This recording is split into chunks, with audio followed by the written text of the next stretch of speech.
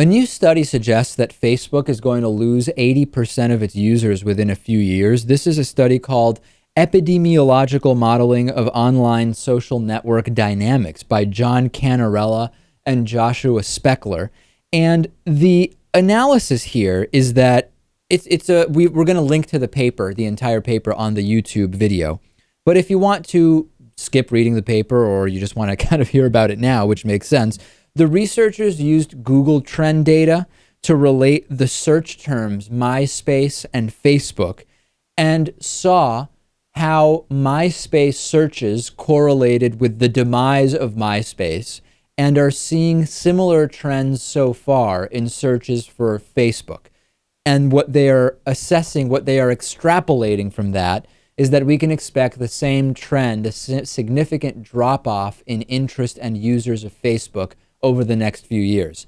This is possible. However, you could make the argument that less people will be searching for Facebook on Google over time because everyone knows it's facebook.com and they don't have the need to search for Facebook because everybody knows what it is, and that it doesn't necessarily correlate to less users. The study is interesting, and I encourage our audience to take a look at it. I think that Facebook occupies a very different place in society than MySpace ever did. MySpace had some kind of like event components, and you could message people directly, but the way in which Facebook has become, even for mobile phones, just this kind of de facto communication tool and event invitation and scheduling tool, I think it's already surpassed MySpace by leaps and bounds. It's head and shoulders above it. And I don't know that it's going to suffer the same fate as MySpace ultimately did.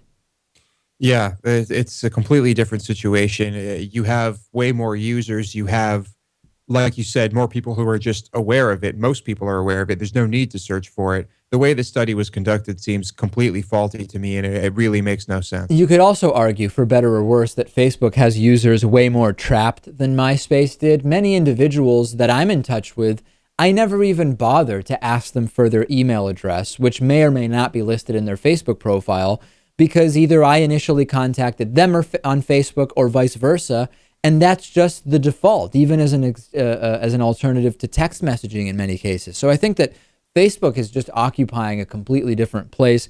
We will see. We are seeing a trend towards individuals having less friends on Facebook. Initially, there was an increase in the average number of friends, and now there's a decrease as people want to further kind of lock down their profiles, really share information only with actual personal, intimate friends they hang out with in real life. So that may have an effect as well. But I think, stepping back from this study for a second, Lewis, the next 5 years will probably see radical changes and developments in terms of how people communicate with or without online social networks. And there could be things that in 5 years will become the norm for interpersonal communication that we're not even considering right now. That could very well be. And I think you'll see plenty of changes from companies like Facebook too. You know, everyone has to try to adapt and change with the times. Let's take a break. Next, we will talk to author Jed Morey. He wrote a book about what he identifies as the 7 fundamental threats to American democracy. Do I agree with him on those 7, or do I disagree?